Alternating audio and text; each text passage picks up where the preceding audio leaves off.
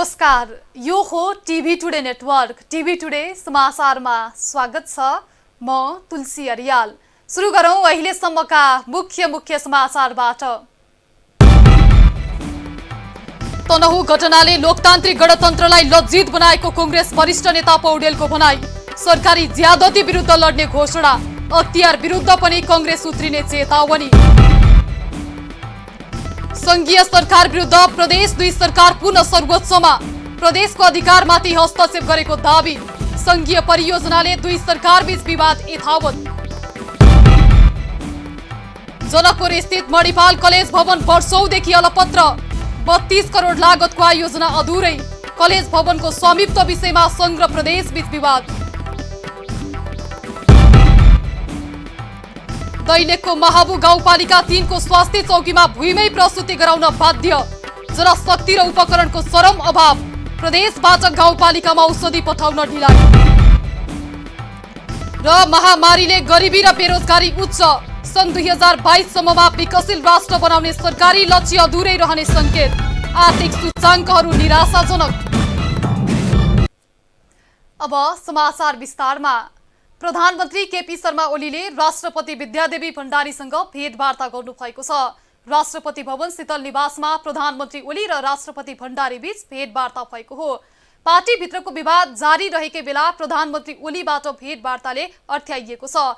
यद्यपि राष्ट्रपतिसँगको भेटवार्ता नियमित भएको बताइएको छ। सत्तारूढ नेकपाको सचिवालयमा प्रधानमन्त्री अल्पमतमा हुनुहुन्छ। प्रधानमन्त्रीको प्रवृत्तिलाई लिएर 5 सचिवालय सदस्यको तर्फबाट कार्यकारी अध्यक्ष पुष्पकमल दाहालले प्रतिवेदन पेश गरेपछि विवाद थप सर्किएको हो। प्रचण्ड जवाफमा प्रधानमन्त्री ओलीले पनि आलोचनात्मक टिप्पणी गर्दै 38 बुँदे प्रतिवेदन पेश गर्नुभएको छ। दुवै अध्यक्षबीच तिक्तता बढ्दै गएपछि प्रधानमन्त्री र राष्ट्रपति बीचको भेटवार्ता समेत बाक्लिएको छ। बलेपी गाउँपालिकाका अध्यक्ष केदार छेत्रीले स्वास्थ्य क्षेत्रमा सरकारले अघि बढाएको कदमले क्रान्ति ल्याउने बताउनु भएको छ।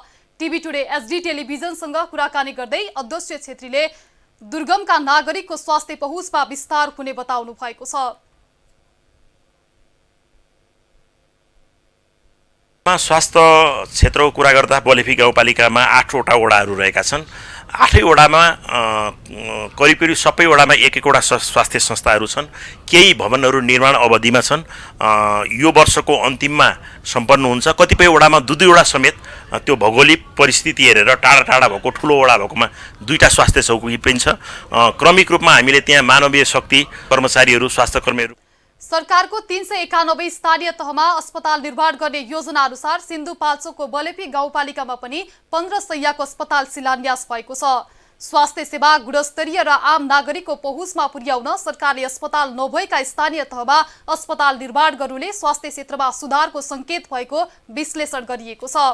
देशका हरेक दूरदराज बस्तीमा सुविधा सम्पन्न अस्पताल विकासको आवश्यकता रहेकोले गाउँपालिका सबै वडाहरूमा स्वास्थ्य सेवाको पहुँच विस्तार भएको समेत अध्यक्ष छेत्रीले बताउनु भएको छ।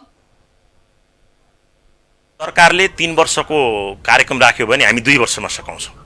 हामी स्थानीय स्रोत साधनलाई पनि उपयोग गरेर सरकारको बजेट आउँदै गर्छ, तर हामी समयमा चाहिँ यसलाई सकाउँछौँ। किनभने अहिलेको यो चाहिँ कोभिड-19 कोले हामीलाई के शिक्षा दिएको छ भने हामी गाउँ गाउँ कुना काप्चा हाम्रा सबै ठाउँमा सुविधा सम्पन्न अस्पतालहरू। साथै अध्यक्ष छेत्रीले बलेपी गाउँपालिका क्षेत्रमा रहेका महत्त्वपूर्ण नदी तथा जलाशय क्षेत्रमा पर्यटन प्रवर्धन गरिने बताउनु भएको छ। सुनकोशी नदीमा र्याफ्टिङ सञ्चालन गरी जल पर्यटनलाई प्रवर्धन गरिने समेत उहाँले बताउनु भएको छ। नेपाली कांग्रेस वरिष्ठ नेता रामचन्द्र पौडेलले तनहुँको ब्यासमा भएको हिजोको घटनाले लोकतन्त्र र गणतन्त्र नै लज्जित भएको बताउनु भएको छ। ब्यास नगरपालिकाको बुल्दी खोला पुल उद्घाटन गर्ने क्रममा वरिष्ठ नेता पौडेलले देशमा लोकतन्त्र आइसके पनि दण्डाको पेलान सहनु परेकाले लोकतन्त्र साकार पार्ने बाँकी रहेको बताउनु भएको छ। अब प्रजातान्त्रिकवादीहरूले सडकमा उत्रिएर आन्दोलित हुन पुगेको भन्दै नेता पौडेलले अबको आन्दोलन ठूला माछाहरू संरक्षण गर्ने र साना माछा खाँदै खिन्ने अख्तियारका विरुद्ध पनि हुने उद्घोष गर्नु भएको छ। स्थानीय तहको निर्वाचनपछि निर्वाचन क्षेत्रमा बजेट दिन आवश्यक नै नभएको बताउँदै उहाँले संसद कोषले संघीयता र स्थानीय तहको अधिकारलाई एकातिर पन्छाएको टिप्पणी गर्नुभयो। बुल्दी खोला पुल आफ्नै पहलमा बनेको बताउँदै वरिष्ठ नेता पौडेलले तनहुँबाट निर्वाचित सांसदलाई अर्को पुल बनाएर देखाउन चुनौती समेत दिनु भएको छ। पुल उद्घाटन कार्यक्रममा कांग्रेस नेताहरूले सरकारले आफूहरूलाई बिउझाइदिएको टिप्पणी गर्दै सरकार विरुद्ध देशभर आन्दोलन अघि बढाउने चेतावनी दिएका छन्। समाचारमा पालो छोटो विश्रामको।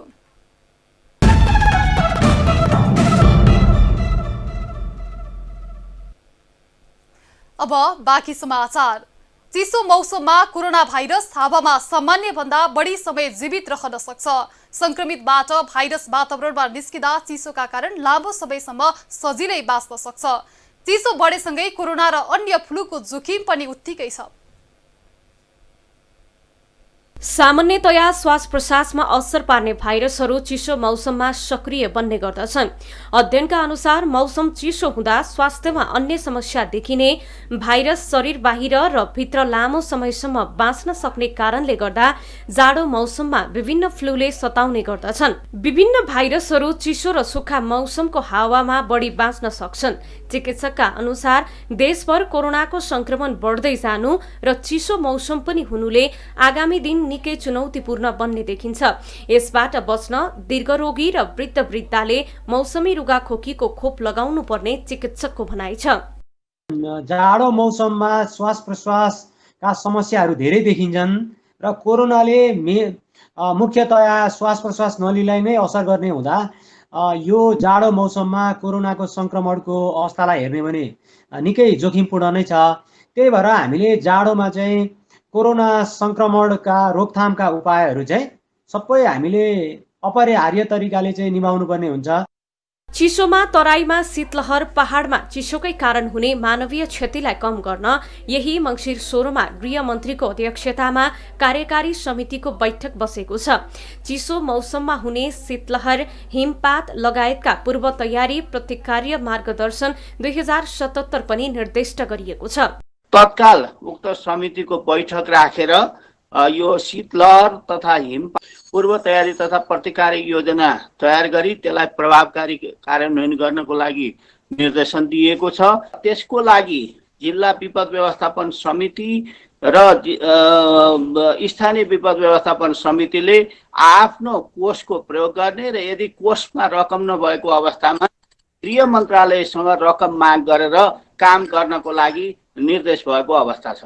कोरोना र मौसमी फ्लूका अधिकांश लक्षण समान भएकाले पनि चिसो मौसममा छुट्याउन गाह्रो हुने चिकित्सकहरू बताउने गर्छन्।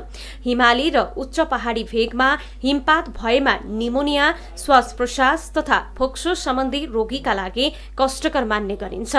भाइरस जाडोमा बढी सक्रिय हुने र शरीरमा भाइरससँग लड्ने प्रतिरोधात्मक क्षमता कम हुने भएकाले न्यानो कपडा लगाउन, खानपिनमा ध्यान दिन चिकित्सकले सुझाएका छन्। टिभी टुडे एसडी का लागि स्वास्थ्य ब्युरोको साथमा विनिता केसी, काठमाडौँ।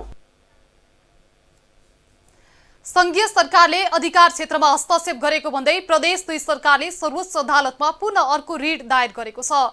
संघीय सरकारले प्रदेशको अधिकारमाथि हस्तक्षेप गरेको भन्दै प्रदेश 2 सरकार संघीय सरकार विरुद्ध पुनः सर्वोच्च पुगेको हो। संघीय सरकार अन्तर्गतका भूमिगत जलस्रोत विकास समितिले कार्तिक 21 गते गरेको परिपत्र र समृद्ध तराई मधेस सिंचाई विशेष कार्यक्रमले कार्तिक 24 गतेको आह्वान गरेको बोलपत्रले प्रदेश सरकारको अधिकार क्षेत्रमा हस्तक्षेप गरेको प्रदेश सरकारको आरोप छ। प्रदेश 2 का भौतिक पूर्वाधार मन्त्री जितेन्द्र सोनलले रिट दायर गर्नु भएको हो। प्रदेश 2 सरकारले यसअघि पनि संघीय सरकार विरुद्ध सर्वोच्चमा रिट दायर गरिसकेको छ।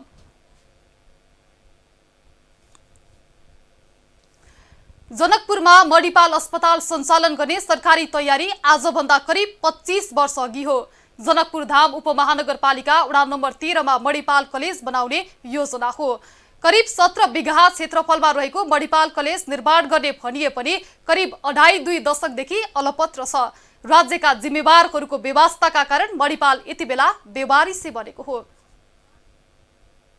तत्कालीन स्वास्थ्य मन्त्री डाक्टर रामवरण यादवको पालामा जनकपुर धाममा चिकित्सा शास्त्र सम्बन्धी सरकारी कलेज निर्माण कार्य सुरु भएको थियो। यस क्षेत्रको चिकित्सा क्षेत्रको विकाससँगै हजारौंको रोजगारीसँग जोडिएको मणिपाल लामो समयदेखि गुमनाम जस्तै रहँदै आयो। आवश्यक भौतिक पूर्वाधार तयारीदेखि अन्य आवश्यक व्यवस्था गर्न भन्दै केही निर्माणको काम पनि भएका थिए, तर निर्माणाधीन सरकारी चिकित्सा कलेज बीचमै अलपत्र परेको हो। मणिपालको के भएछ के भए छैन कि मन्त्रीहरूलाई थाहा हुन्छ, किनकि हाम्रो सानैदेखि हेरिरहेको छु बनिरहेछ अहिलेसम्म केही भए छैन। जति कि अब रोकेछ अब अहिलेसम्म केही भए छैन।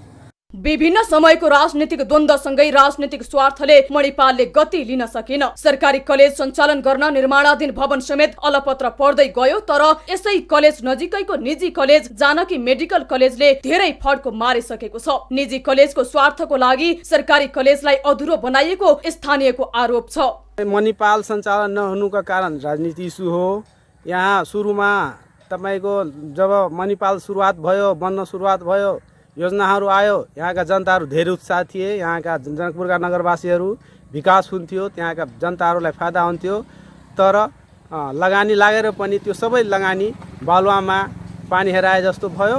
2053 मा 32 करोडको लागतमा निर्माण हुन लागेको मणिपालमा 13 करोड खर्चेर भुइँतलाको काम पूरा भइसकेको थियो। निर्माणाधीन अवस्थामै रहेको अवस्थामा 81 काम बन्द भएको थियो। निर्माण कार्य सुरु हुँदा 17 बिघा क्षेत्रफलमा 266 शैय्या भएको अस्पताल सहितको शिक्षण संस्थाको रूपमा विकास गरिने लक्ष्य व्यवस्थापन पक्षको रहेको थियो, जस अनुरूप भौतिक पूर्वाधारमा जोड दिए पनि सरकारी व्यवस्थाले मणिपाल बेवारिसे भएको हो। राजनीति इस्युको कारणले त्यो काम अगाडि बढ्न सकेन। तर यो जनकपुर अब यो संहितामा जब देश संहितामा गइसकेपछि पठन पाठन यो शिक्षण अस्पताल वास्तवमा यो 2 नम्बर प्रदेशमा अनुकूलको शिक्षण अस्पताल यही एउटा उपयुक्त थियो, तर त्यो पनि हुन सकेन। प्रदेश सरकारले निर्माणाधीन भवन र जग्गालाई अधिकतम उपयोग गर्न भन्दै मधेस स्वास्थ्य विज्ञान प्रतिष्ठान सञ्चालन गर्ने घोषणा गरेको छ। प्रदेश सरकारले प्रतिष्ठान सञ्चालन सम्बन्धी विधेयक प्रदेश सभाबाट पारित गराएर गठन प्रक्रिया अगाडि बढाएको छ। मेडिकलको पढाइ पनि हुन्छ, यसको पनि व्यवस्था हाम्रो सरकारले गरिराखेको छ। पनि जानु पर्दैन, कहीँ पनि तपाईहरुले जानु पर्दैन। यही प्रदेशमा तपाई मेडिकल र इन्जिनियरिङको लागि पनि एकदम उपयुक्त हुन सक्नुहुन्छ। लामो समयदेखि अलपत्र पारिएको भवन आधुनिक छ। प्रयोगविहीन बनेको भवन निर्माण भएको 2 दशक बढी भइसकेकोले भौतिक संरचना समेत बिग्रिन लागेको छ। मणिपाल निर्माण कार्य रोकिँदा सो क्षेत्र यतिखेर गौचरण फिल्म र एल्बमको छायाङ्कन स्पोटको रूपमा परिणत भएको छ। यसर्थ राज्यको करोडौं लगानी गरिएको मणिपालको भौतिक पूर्वाधार पूरा गरी सञ्चालन गर्न राज्यको बेलैमा ध्यान जान जरुरी छ। टिभी टुडे एचडी टेलिभिजनका लागि जिल्ला ब्युरोको साथमा धनुषा सहकर्मी सञ्जय राउतको रिपोर्ट। दैलेख महाबु गाउँपालिका वडा नम्बर 3 मा रहेको स्वास्थ्य चौकीमा न्यूनतम स्वास्थ्य सेवा समेत उपलब्ध छैन। न्यूनतम उपकरण सहित अन्य सामग्री नहुँदा स्वास्थ्य उपचार गर्न समेत कठिन हुँदै आएको छ। गाउँपालिकाको सबैभन्दा धेरै जनसङ्ख्या भएको यस वडाको स्वास्थ्य सेवा गुणस्तरीय नहुँदा स्थानीय मर्कामा परेका छन्। महाबु गाउँपालिका 3 मा स्वास्थ्य चौकी छ। गाउँपालिकाको सबैभन्दा बढी जनसङ्ख्या भएको यस वडाको स्वास्थ्य चौकीमा न्यूनतम स्वास्थ्य सेवा समेत छैन। आवश्यक उपकरण सहित भौतिक सामग्री नहुँदा विशेष गरी प्रसुति सेवा प्रभावित भएको हो। बर्थिङ कक्ष समेत नहुँदा चिसो भुइँमा नै राखेर बर्थिङ सेवा प्रदान गर्नुपर्ने बाध्यता रहेको छ। स्वास्थ्य चौकीमा आमा तथा बच्चाको लागि हिउँदको समयमा ओढ्ने ओछ्याउने कपडाको समेत अभाव छ। पहिला त बेडको समस्या छ हामीलाई, अनि गाउनहरू औषधिहरू पर्याप्त मात्रामा औषधिहरू पाइँदैन। अहिले त अब एउटा बेडमा पालैपालो यदि 2-3 जना सँगै आएपछि बाहिर राख्ने र पालैपालो गराउने गरिराख्नु भएको छ। स्वास्थ्य चौकीमा त्यति समस्याहरू मात्र छैनन्, आवश्यक जनशक्तिको पनि उत्तिकै अभाव छ। स्वास्थ्य चौकीमा 10 जनाको दरबन्दी रहे पनि हाल जेनतेन 5 जना स्वास्थ्य कर्मीहरूको भरमा स्वास्थ्य सेवा दिइँदै आएको छ। संघीय सरकारले 35 किसिमका निशुल्क औषधिको प्रबन्ध गरेको छ, तर स्वास्थ्य चौकीमा निशुल्क औषधि समेत पाइँदैनन्। यस्तै अर्कोतिर स्वास्थ्य चौकीमा सबै सेवाहरू एउटै भवनमा दिनुपर्ने बाध्यता छ। आवश्यक कोठाको अभावमा एकै स्थानबाट सबै सेवा दिनुपर्ने बाध्यता उत्तिकै छ। अहिले यो जुन कोरोना महामारी भइसकेपछि औषधिको एकदमै समस्या छ। अहिले पनि हामीसँग जुन स्वास्थ्यको मापदण्ड अनुसारको हुनुपर्ने पर्याप्त औषधिहरू छैन। एकदमै औषधिको समस्या भन्दा पनि धेरै समस्याहरू छ। जिनोतिनो चाहिँ काम चलाइरहेको छ। स्वास्थ्य चौकीको समस्याको विषयमा स्थानीय र प्रदेश सरकार बीच दोषारोपण छ। स्थानीय सरकारले प्रदेशकै कारण न्यूनतम औषधि आपूर्ति नभएको बताउँदै आएको छ।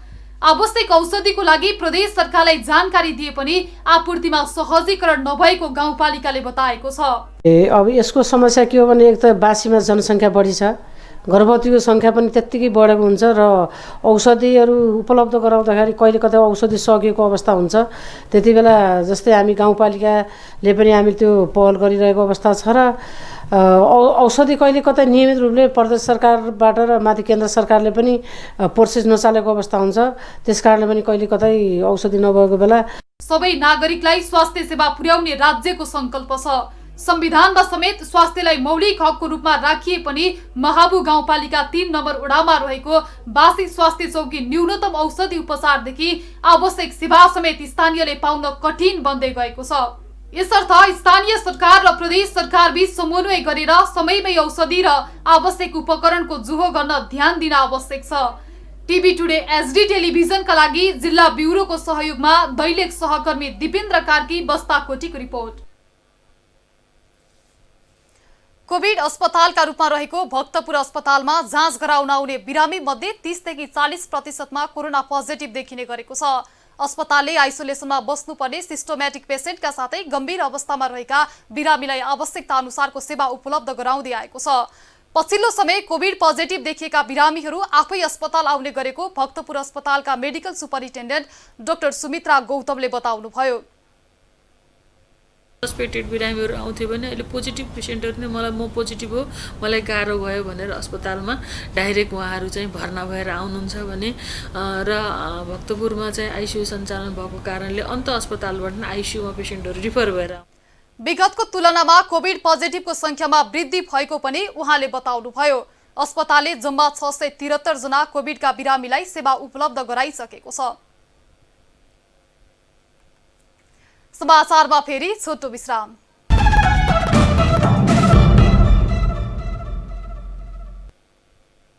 अब आर्थिक समाचार।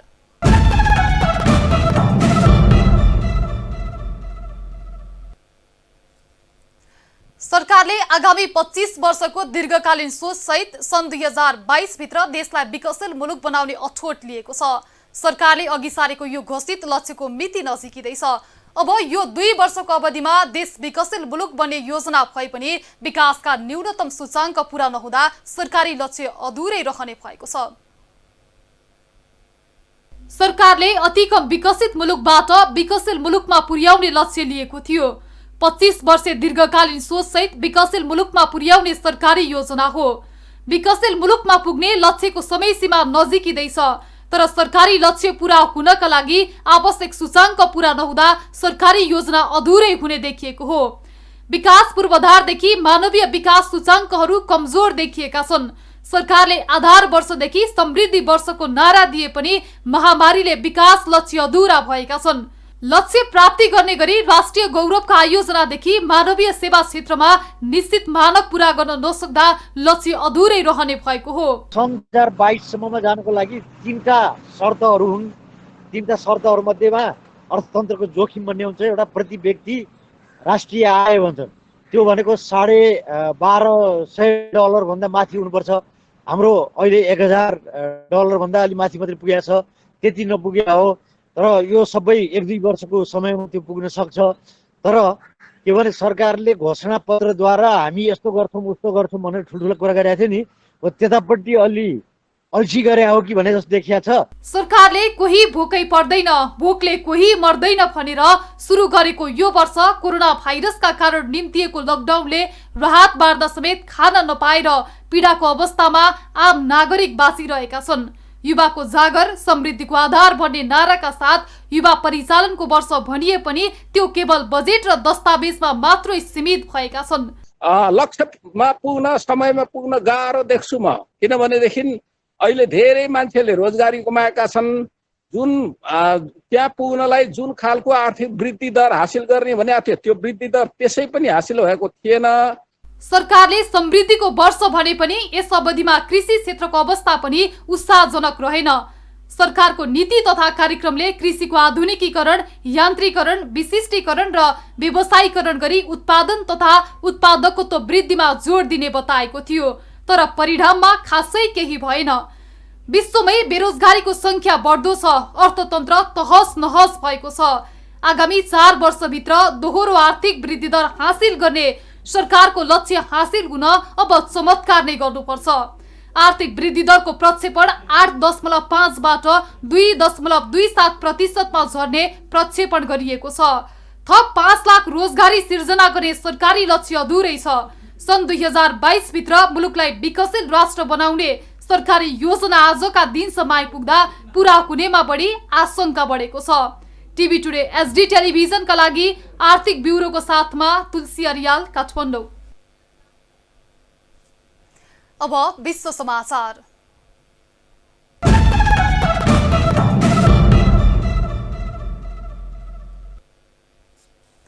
इरानको संसदले युरेनियमको उत्पादन बढाउने तथा संयुक्त राष्ट्र संघीय अनुगमनकर्तालाई आफ्नो परमाणु क्षेत्रमा अनुगमनमा रोक लगाउने सम्बन्धी कानून पारित गरेको छ। नयाँ कानून पारित गरेसँगै इरानलाई युरेनियमको उत्पादन थप विस्तार गर्न बाटो खुलेको छ।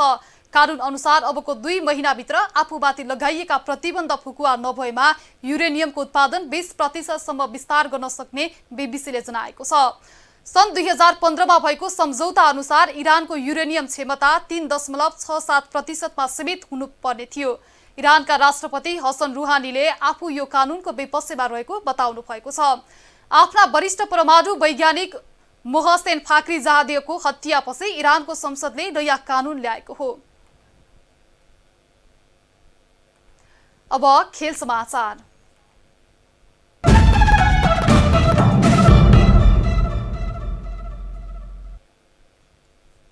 पोखरामा सञ्चालन हुने भनिएको 9औं राष्ट्रिय खेलकुद प्रतियोगिता फागुनमा नहुने भएको छ।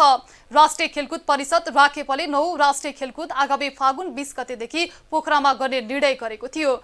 गण्डकी प्रदेशको राजधानी पोखरामा हुन लागेको 9औं राष्ट्रिय खेलकुदका लागि आवश्यक भौतिक पूर्वाधार अन्तर्गत स्विमिङ, सुटिङ र हकी बाहेक अरू खेलका पूर्वाधारहरू निर्माण भइसकेका छन्। स्विमिङ र सुटिङको लागि टेन्डर पारित भएको छ भने हकीको लागि जग्गा खोज्ने कार्य भइरहेको छ। समाचार सकियो। समाचारबाट बिदा लिनु पूर्व मुख्य समाचार फेरि एकपटक। तनहुँ घटनाले लोकतान्त्रिक गणतन्त्रलाई लज्जित बनाएको कांग्रेस वरिष्ठ नेता पौडेलको भनाई। सरकारी ज्यादती विरुद्ध लड्ने घोषणा। अख्तियार विरुद्ध पनि कांग्रेस उत्रिने चेतावनी। संघीय सरकार विरुद्ध प्रदेश 2 सरकार पुनः सर्वोच्चमा। प्रदेशको अधिकारमाथि हस्तक्षेप गरेको दावी। संघीय परियोजनाले 2 सरकार बीच विवाद यथावत। जनकपुर स्थित मणिपाल कलेज भवन वर्षौंदेखि अलपत्र। 32 करोड लागतको आयोजना अधुरै। कलेज भवनको स्वामित्व विषयमा संघ र प्रदेश बीच विवाद। दैलेखको महाबु गाउँपालिका 3 को स्वास्थ्य चौकीमा भुइँमै प्रसुति गराउन बाध्य। जनशक्ति र उपकरणको चरम अभाव। प्रदेशबाट गाउँपालिकामा औषधि पठाउन ढिलाइ। र महामारीले गरिबी र बेरोजगारी उच्च। सन् 2022 सम्ममा विकसित राष्ट्र बनाउने सरकारी लक्ष्य अधुरै रहने संकेत। आर्थिक सूचाङ्कहरू निराशाजनक। हामीलाई TV today Nepal apps download गरी विश्वभर प्रत्यक्ष हेर्न सक्नुहुनेछ। साथै www.tvtoday.news.com मा गई हेर्न र पढ्न सक्नुहुनेछ भने फेसबुक, युट्युब र ट्विटरमा समेत फलो गर्न सक्नुहुनेछ। विकास निर्माण र जनसरोकारका विषयमा हाम्रो आवाज जारी छ। अहिलेलाई सम्पूर्ण समाचार युनिटका साथ म तुलसी अरियाल पनि बिदा चाहन्छु। टिभी टुडे एचडी हेर्दै गर्नुहोला। नमस्कार।